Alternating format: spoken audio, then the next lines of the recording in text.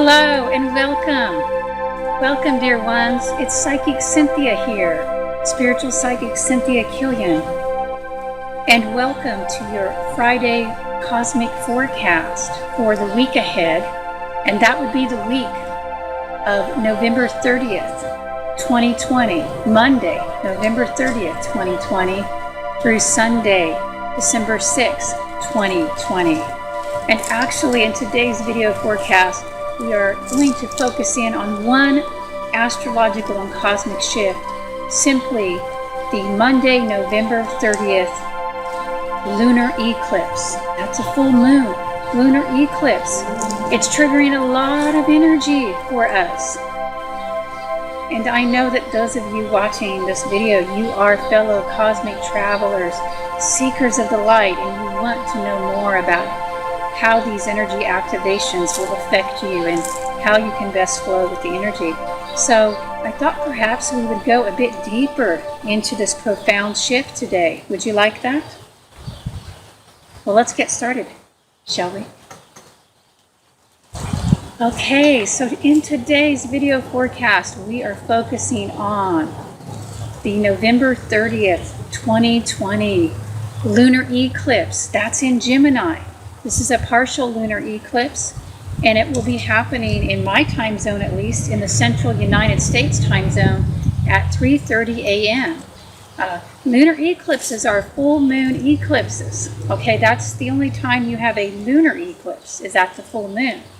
Now, your solar eclipses happen at the new moon, and we'll be talking about solar eclipses in a couple of more weeks when I do the video forecast for the upcoming solar eclipse. So if you want to know more about that, make sure you hit the subscribe button and stay tuned, because we'll have more info about that later.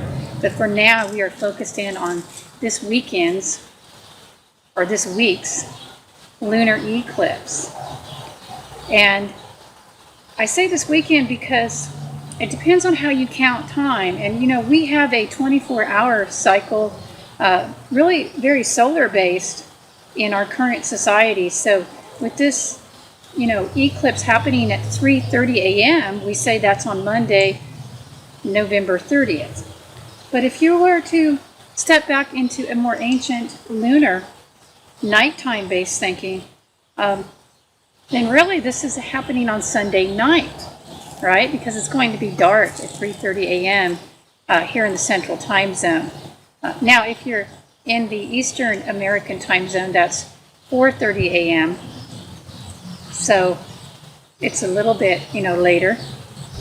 And I suppose in Europe across the pond, it's quite a bit later than it's going to actually be in the day. But for those of us in the United States, here, this is actually happening in the night, which is cool because then you can perhaps actually see the full moon eclipse and see part of it. If you want to get up in the middle of the night, or very early, I should say. And it is visible. This eclipse should be visible, of course, depending on, weather, clouds. And interestingly enough, there have been some studies to correlate, statistically speaking, even around regular full moons, that the incidence of rain and stormy skies or atmospheric weather does increase slightly, at least in some places, in some studies, it has shown that. So, so you may not get to see it, but in theory, it's visible in the North American continent, and I've also heard it might be visible in some parts of the world, so you'll have to check that out for your location if you're outside of the North American continent. I'm only mentioning that because they say that when you have an eclipse that is visible in your area, or could be visible, that the impact of that eclipse is stronger for you. So, for those of us who live in the United States, at least, this impact of this eclipse will be stronger than the eclipses where it's not casting a shadow over our continent, or our country, I should say. So we're having this eclipse coming up, and again, this is at 8 degrees Gemini, and that's where the moon is at. The moon will be at 8 degrees Gemini at the time of this partial lunar eclipse on November 30th, 2020, and that's basically Sunday night, Monday morning.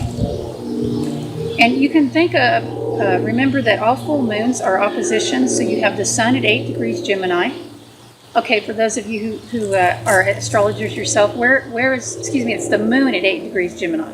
The full moon will be at 8 degrees Gemini.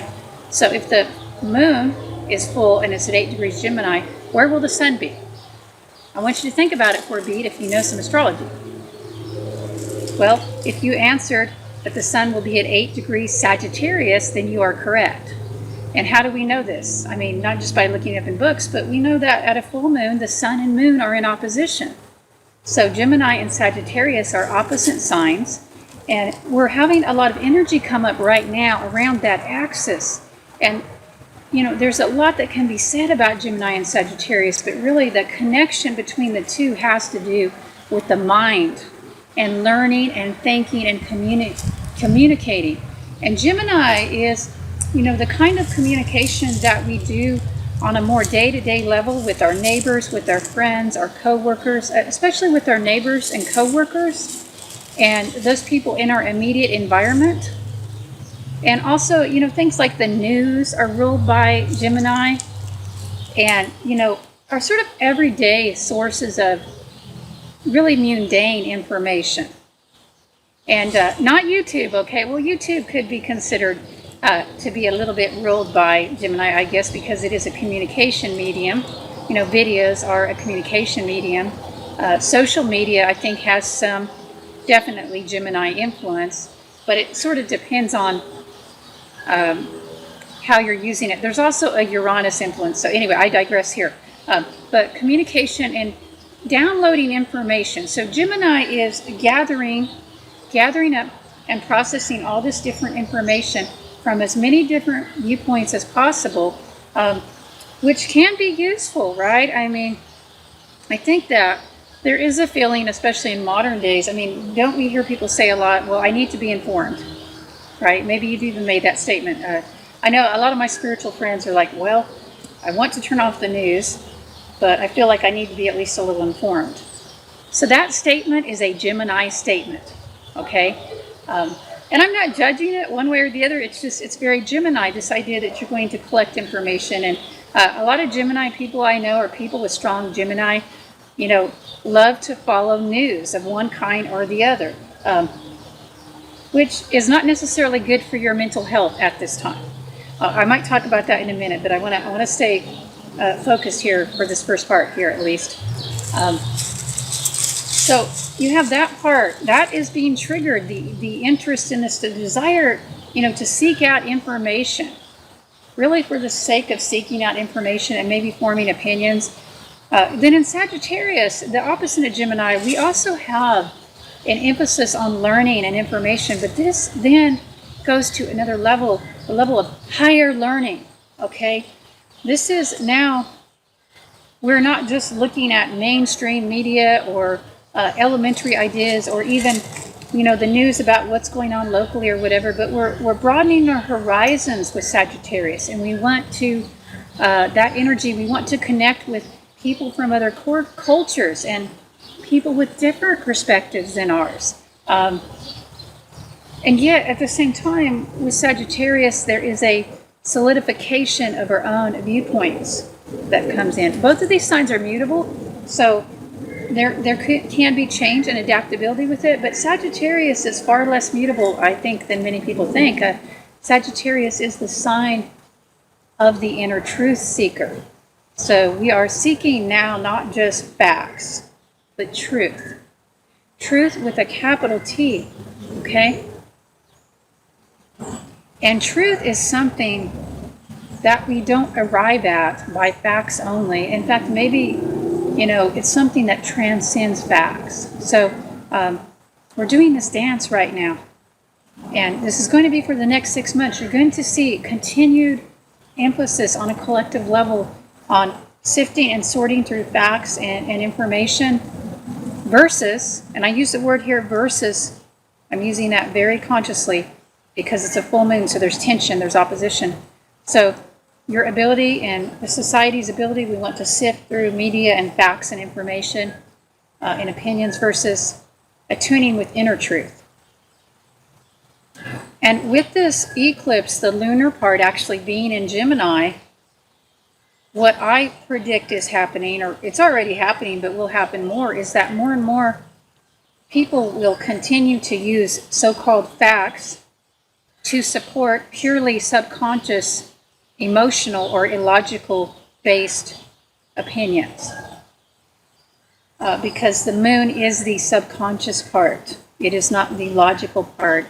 And it's a necessary part. We need that instinctual.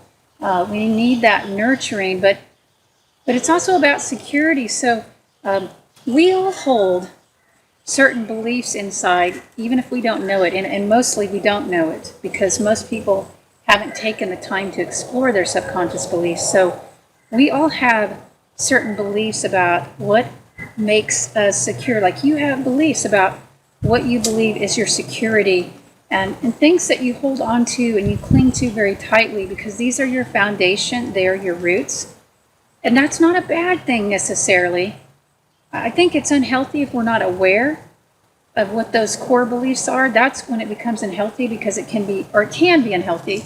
It might not be, but it can be limiting. It can be very limiting to not know what those core beliefs are that drive you. But definitely, many people right now are, indulging in and taking in lots of different perspectives and information, but not really necessarily in the quest for higher truth, more in the quest for validation of their own subconscious beliefs. There's a difference. If you just go looking to the same websites all the time, and the people, your echo chamber, right? The people that just say all the things you want to hear, that support you in what makes you feel secure. I mean, it's not bad to do that some, okay, understand?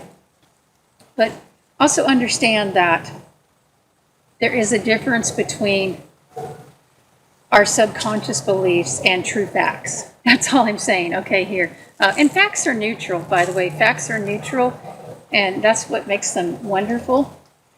True facts, there aren't very many true facts, actually. I think numbers can be the truest facts, but even numbers, people manipulate them and lie with them so easily. So that's why if I hear a statistic, like somebody says, well, this and this and this, I always go and double check it, at the source if I can, and try to understand it for myself. I'm seeking for the truth then, and not just somebody else's interpretation of how that fits their lens. So maybe we can summarize this right here. If you're, pressed for time and, you don't want to know any more of my wisdom on this other than this, here's some deep wisdom for you. This eclipse is triggering for the next 6 months the need to thank for yourself, to rise above the mental chaos and the entanglement of emotions with information. If you can do that, and to the extent that you can do that, the better. And looking at this eclipse, let's look a little deeper. I'll help you to understand how you might do that. I got a few more minutes here, so let's do that. Let's just take a few deep breaths in, because this is deep level energies and information about the energies. And breathe into those beautiful, grounded, centering breaths. And of course, I'm filming in the beautiful sunlight, and even though it's winter, it just feels so good. It's true, if you can get out in the light, that attunes you with cosmic centeredness, cosmic awakenedness. It's not just, a cliche statement when we talk about cosmic light. I mean, the sun is an expression of cosmic light in our universe, and it fills us with so much radiance when we let ourselves have some of that light. Okay, and in fact, in the winter, you can even get warm being in the light, which is why I have to film in layers out here.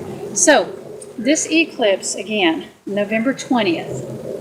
I got my notes over there. November 30th, 2020 eclipse, happening in Gemini, with the moon in Gemini and the sun in Sagittarius. That's 8 degrees. If you have points at 8 degrees, okay, in your chart, any signs, but especially Gemini, Sagittarius, are even Pisces and Virgo. You have points at 8 degrees, or I would even say, let's broaden that a little because it doesn't have to be exact. So let's say 3 to maybe 12 degrees in any of those 4 signs, Gemini, Sagittarius, Pisces, or Virgo, then you're going to get a special activation from this eclipse. In other words, this is going to be more life-changing for you, more life-altering over the course of the next 6 months. And I think I forgot to mention this earlier. I keep talking about 6 months. Why am I talking about 6 months? Because typically, if these eclipses are, aiming into your chart or hitting it in a special way, it's going to be a 6-month impact for you. But even if it isn't, collectively, there is usually a 6-month new chapter that is set off by these eclipses. So it's almost like, even if you didn't know any of the other transits, I think I'd want to at least put in some retrogrades, but let's say you didn't know that, but you could have a list of when these eclipses are.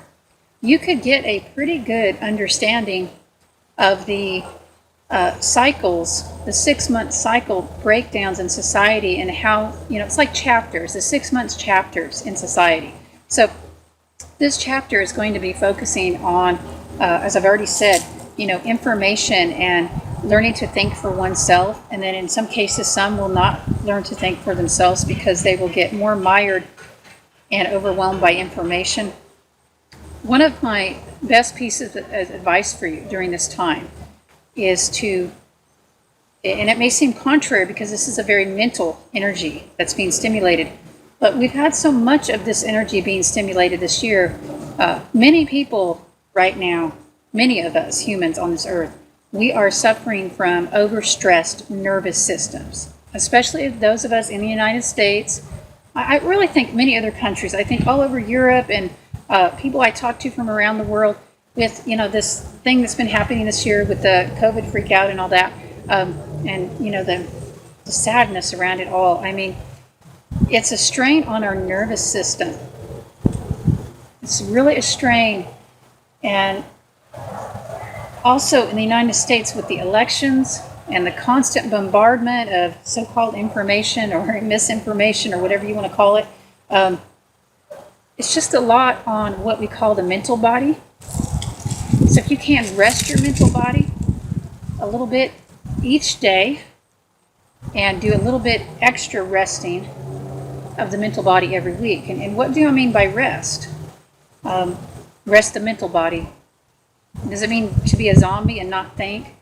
No, but it means to engage your other bodies and rest your mind a little. Please don't end your day listening to news. In fact, please do not end or begin your day listening to news. Do not end or begin your day listening to podcasts to get you worked up. End and begin your day, if you can, with some form of spiritual connection or some kind of artistic or musical connection or expression, or even a physical expression. So basically, engage one of your other bodies. Engage your spiritual body, engage your physical body, or engage your, I like to think of it as the creative body. But don't end your day taking in mundane information, and don't begin your day that way either. And I know some of you are going to say, but Psychic Cynthia, I have to listen to the news first thing in the morning. How does that make you feel? Oh, that's your other body too, by the way. You can engage the emotional body. You can check into your heart and check with your feelings. So don't forget that one too. And so how does it make you feel when you begin your day with news or podcasts that get you worked up, and angry about things, or worried, or afraid? Well, how does it make you feel? I just, described how it makes a lot of people feel, right? Worried, afraid, anxious, angry. Begin your day with something that makes you feel hopeful, connected, energized, or in a way that you're expressing yourself creatively. You can begin your day with some journaling if you want. Go inside, or get out and jog if you can, or do some form of stretching, deep breathing. And do I need to tell you to begin your day with some meditation? I hope not. Even if it's just 1 minute, 1 minute of beautiful, lovely, deep breaths. Just massage your aura with those breathing. Do a little yogic breathing. Even if you're not into yogic stretches, do the breathing, okay? But your body, your mind, and your soul will thank you if you rest your mental body during this time. Eclipse is also connected to Venus and Uranus opposition. So Venus and Scorpio and Uranus and Taurus are opposing each other. And this is stimulating our interest in the higher humanitarian arts, connecting through astrology, connecting through the ancient occultic sciences, numerology, ancient civilizations, Atlantis, Lemuria. All of this is being stimulated through that aspect. And also our mediumship practices, our spirit guide communications. So, you can channel some of this energy, this intense energy coming from this eclipse. You could channel it into those kinds of pursuits, or you can also channel it into Venus, lovely lady Venus. She loves jewelry, and she loves clothing, and she loves art and music and creativity. How can you express yourself in this way? Business too. These are in many ways wonderful aspects for business. I'm going to tell you right now, this eclipse is already and is going to generate a lot of conflict, a lot of tension.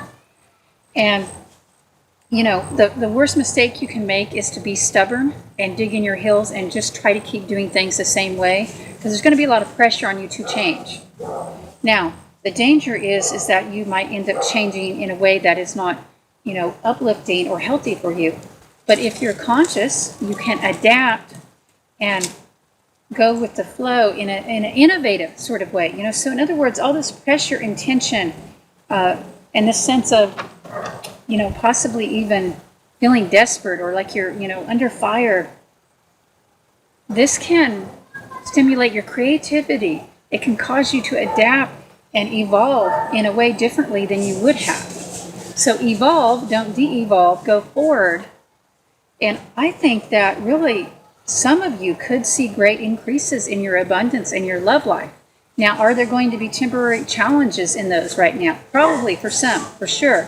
So, listen, don't get stuck in short-term thinking or just looking at what's happening in the moment. That's going to be your enemy, that short-term thinking. If stuff's hitting the fan right now, that's not surprising. There will be challenges with this eclipse around the time it occurs, okay? And even into the next few weeks, because we have a solar eclipse happening. But that's just what's happening right now. Keep your vision turned upward, higher, expansive. This is what this eclipse can teach us, even though with Gemini, it's going to give us some attention to the details, and that's not bad. So keep working on your creative expression, and that will help you to be happier, more well-balanced, and more prosperous during this time. Keep connecting. If you are musical, you are artistic, connect with that. Of course, if you're spiritual or into, the occultic arts or anything like that, the spiritual arts, the psychic arts, the healing arts, astrology, keep going deeper with those studies, with your psychic reading studies if you're into that. This is a fantastic time for that. And for those of you who are more down to earth, so to speak, and you're into business, great strides can be made if you're willing to be adaptive and be innovative over the next 6 months. Because people are going to be looking for that new and unusual way of doing things. They really are, I think, with this, Uranus energy going into the eclipse too. But not just new and trendy, but more like new and ancient and very wise. So it's the old becomes new again. One thing that I had discovered in doing a little bit of research for this video, and it's not my specialty, but I just wanted to mention it. I thought it was interesting about this eclipse that at the time of it, the moon will be conjuncting the fixed star Aldebran. And I don't get a lot into reading the stars in these videos, like the actual stars, as opposed to the zodiac planetary energies, which they're not really opposed to. It's just different. One is constellations, and here I'm talking about an individual star. So the moon will be aligning with Aldebran at the time of the eclipse. And this is a really interesting star, Aldebran, Aldebran, I believe. And this can, stimulate success in money and business and wealth and honor and prestige and those kinds of things. But it's also interesting too because the star has a connection with sickness and lowered vitality and stress. And maybe that's because, it stimulates hard work. But they also said it can inflame people's minds. So just be aware of that and, make a special effort to be diplomatic if you can and understanding and compassionate and understand that some people might be under the influence of this fixed star too at the same time. Okay, so anyway, that's just a little extra for those of you who stayed on later. And I thank you all for tuning in to my Psychic Cynthia channel, to our cosmic forecast for the week. And if you like these forecasts, then please consider subscribing. And I'll talk with you again next Friday. Until then, may the blessings of your guides and ancestors and the cosmic light be with you and yours. Bright blessings.